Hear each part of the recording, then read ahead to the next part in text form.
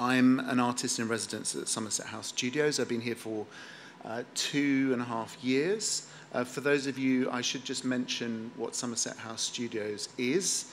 You're kind of sitting on top of the studios. It's the whole of the basement of this wing, and the adjacent wing as well is taken over by 85 artists in residence, whose residency span from a few months up to 3.5 years maximum. And we range in disciplines from sculpture, writing, through to music and sound. That's my dog, Olive, who's quite well known here. She's a sound artist as well. And I work as a sound artist. I'm one of the residents, and this is my studio M9, which is sort of a bit further along underneath the floor. And my work as a sound artist is really kind of exploring the boundary between sensation and cognition. I'm really interested in the point at which sensory experience and cognition overlap. And as I'll explain, that's kind of led me to investigate language and speech recently. A little bit about my practice. Multimodal work is sort of what I've spent quite a lot of the last 10 years doing. This is a project I created for the London Contemporary Orchestra with, in collaboration with two visual artists, Davide Quayola and Nathan Sinigalia. And I created a score for the orchestra to perform sounds which represented the things that I hear in my mind when I look at visual stimulus. So I have synesthesia, and when I look at color, texture, line, curve, and volumetric space, I hear those things in my auditory imagination, and vice versa. So when I listen to sound, I see those things in my visual imagination. And so I created a score for the London Contemporary Orchestra to perform a selection of sounds. And then Davide and Nathan's visual algorithm visualized these sounds as these different visual forms that originally inspired me to write the score. So this movement is called reverb. This is about visualizing volumetric space. We have a bit more volume.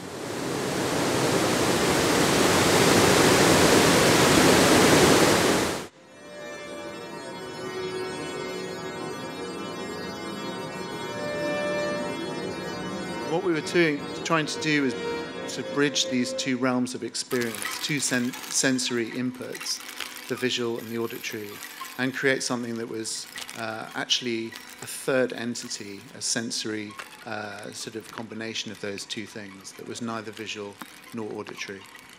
If you could, can you turn it up?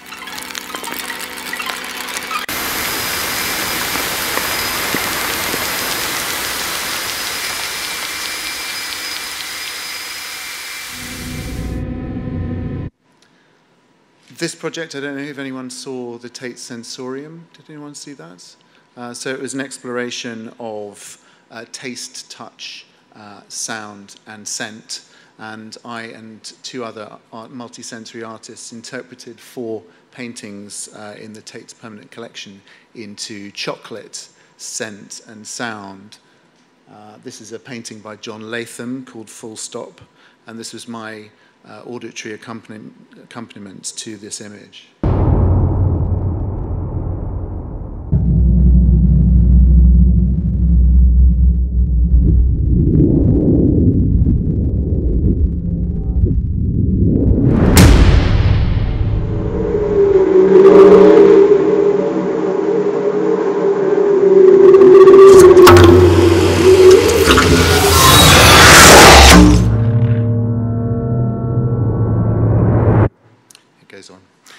So what I'm trying to do is actually understand the relationship between listening, language, and objective reality. A lot of my work has involved technology and data, sonifying information, and using sound as a form of display so that I can actually present things which are evident through the auditory cognitive process in volumes and flows of data, which, were those data represented visually, would be invisible. So sonifying data to reveal patterns which would otherwise be hidden. This was a project I created, which was an instrument that sonified weather data in Tasmania at the top of a mountain, working with Dr. Daniel Jones, who many of you know, who's a computer scientist. This was a sonification project in which I used the data of telemetry regarding 30,000 pieces of space junk that were traveling around Earth in real time. And I built an instrument which transformed these into sound. It was a giant cylindrical phonograph with 1,000 grooves of sound cut along its surface, and it was connected to a live simulation of the movement of space junk orbiting Earth. And whenever a piece of space debris passed overhead, it would, one of the styluses, the 8 styluses, would find a sound for that piece of space junk based on its radar cross-section mapped to pitch. So I'm very familiar with data, and what I've been trying to do with data thus far is actually sonify it. But I've come to a point where I've become really, really interested in matter and the relationship that matter has to us, the external phenomenology of the world and the internal landscape of the imagination, and how language and our description of things and stuff bridges those two realms of experience, and through the consensus of language enables us not just to label things and create an ontology, but also to express our experiences to each other, which is obviously vitally important.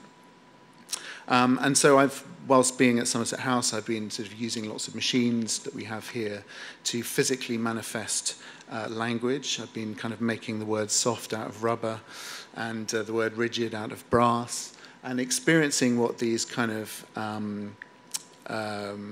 rebuses, as they're called, feel like, what language feels like as a materially represented phenomenon.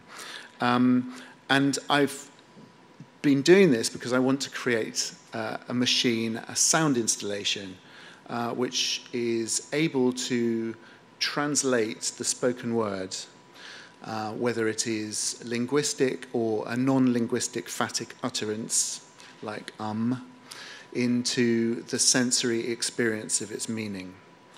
By which I mean, I want to be able to speak into a microphone, I want to say bang, and I want to hear that bang and experience it as sensation, and thus kind of transforming a cognitive action into a sensory input.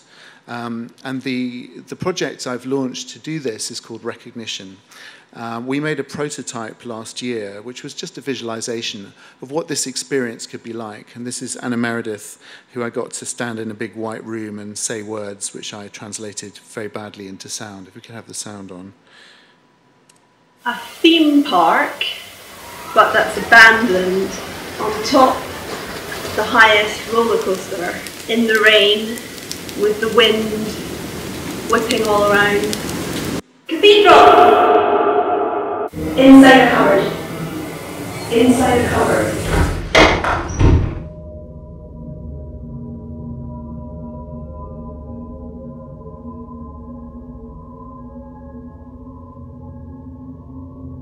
I feel slight disgust mixed with fear and sense of guilt, as if when you lie to somebody a lot.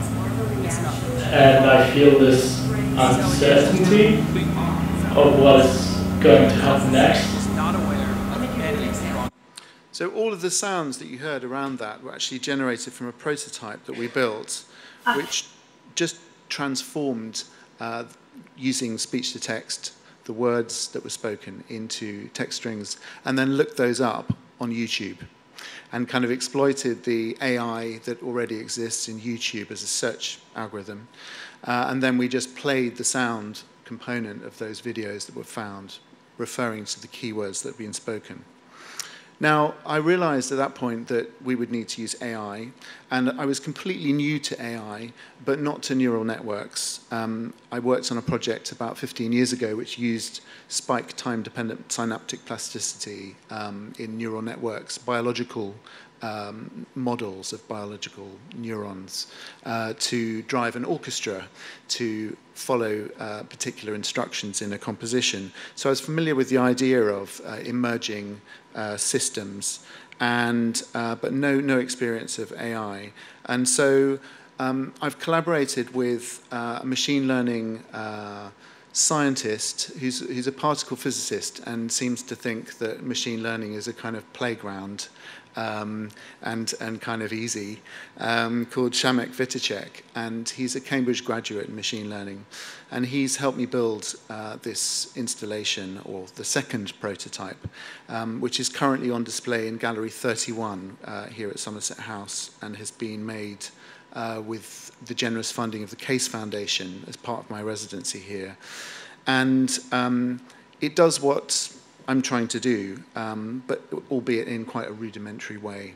It allows you to speak into a microphone, and then it transforms the words you say into a beautiful visualization of language, which was created by Dr. Daniel Jones. And when you say a word, brain, dinosaur, love, Yiling, dog, butterfly, moon, home, sand, hello, sunset, Arctic, London, prison, Kuala Lumpur, London, Mumbai, Mumbai, tiger, bike, platypus, smoke, home, car, cat, onomatopoeia, Daniel. Oh, that's nice. joyfulness, Burma, happiness, sea, Croydon, jazz, joke, vegan, lorry, intelligence, awkward, squirrel, Pikachu, Quack, happy, happy, happy, happy, happy, dream, dinner, alien, peace, dog, spaghetti, cat, mommy, white, happy, sloth, beef, blue, reason, pavement, mountains, ocean, scary, red, Russian, London, morning, bark, red,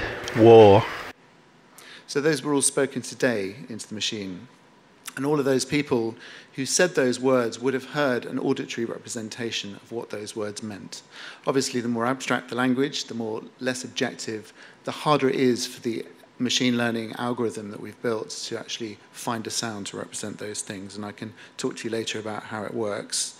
Accompanying this, we've actually created a podcast in order to help me research what it is that I'm trying to get at here. And essentially, it's taken us into a very kind of philosophical area, exploring ontology and semiotics and the origins of language. And I'm just going to finish by playing you a tiny excerpt of the podcast, the first episode of which was released yesterday, which was an interview with Donald Hoffman, who is a cognitive neuroscientist who has the concept of matter as consciousness, which says that there is no such thing as objective reality whatsoever.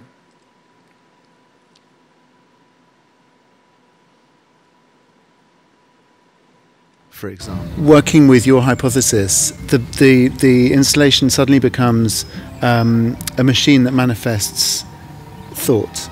So it's a machine to externalize what's going on in your imagination. I agree. It can really do that. So you put some kind of sound out there and people go, that's the right sound. That does suggest that you're now tapping into deep parts of the human evolutionary psychology. This would be a really great way to externalize the abstract evolutionary psychological principles that are built into us. By using this technique to try to expose our emotions, you're really exposing some of the heart and core of our evolutionary psychology. As it were, you're onto something with this project because you're teasing out that which is shared between us as individuals, as languages, as cultures, in something which is not intrinsically named or nameable. By teasing away at the edges of legibility, nameability, you're exploring, probably, it feels to me, the essence of meaning, Nick. You know, what it is for something to be something. Thank you.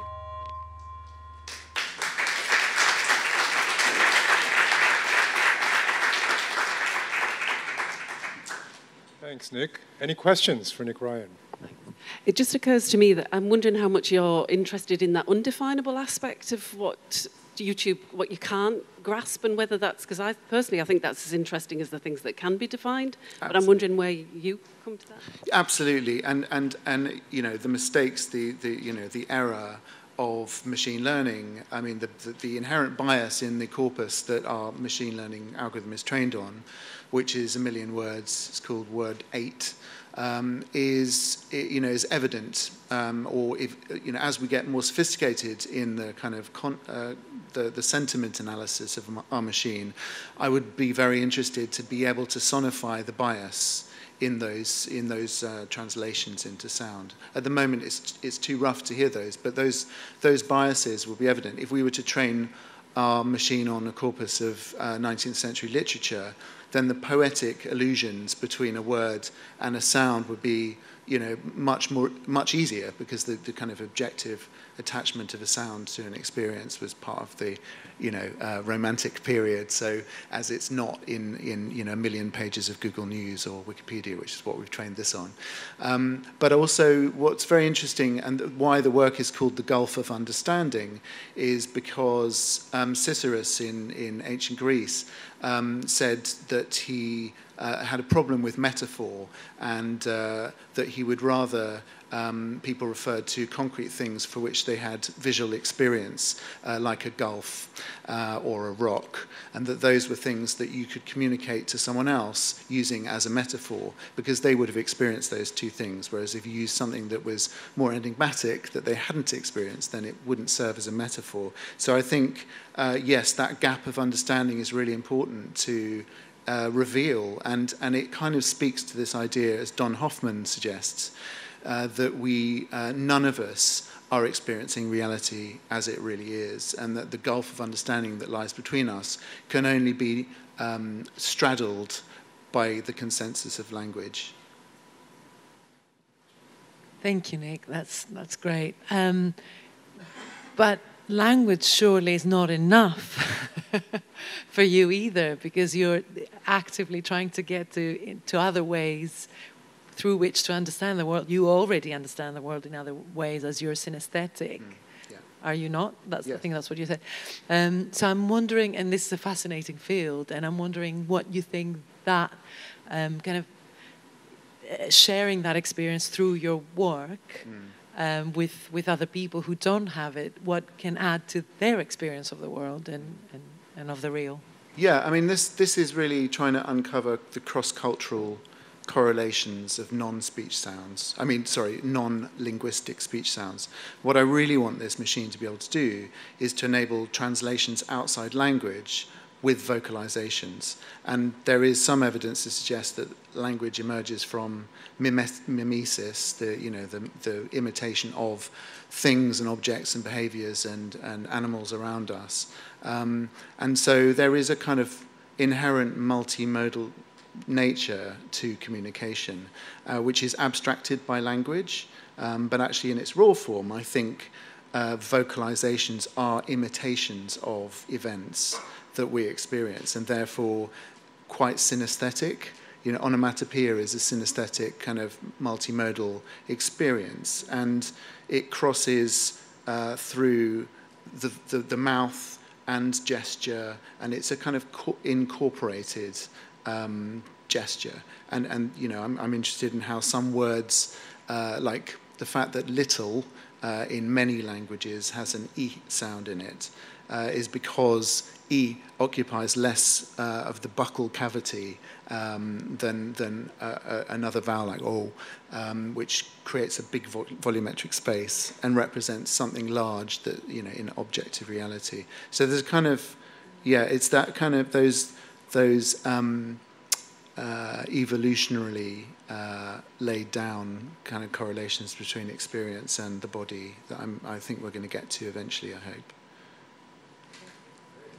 Well, and perhaps it's these non-textual onomatopoeic representations of language that could cause search engines some trouble. Yeah. And you could propose an onomatopoeic search engine, perhaps. Well, absolutely, and that kind of is what's, you know, very different about this project, because I'm not seeking to sonify language. I'm sorry, I'm not seeking to sonify data. I'm seeking to use data to sonify us and the way that we think.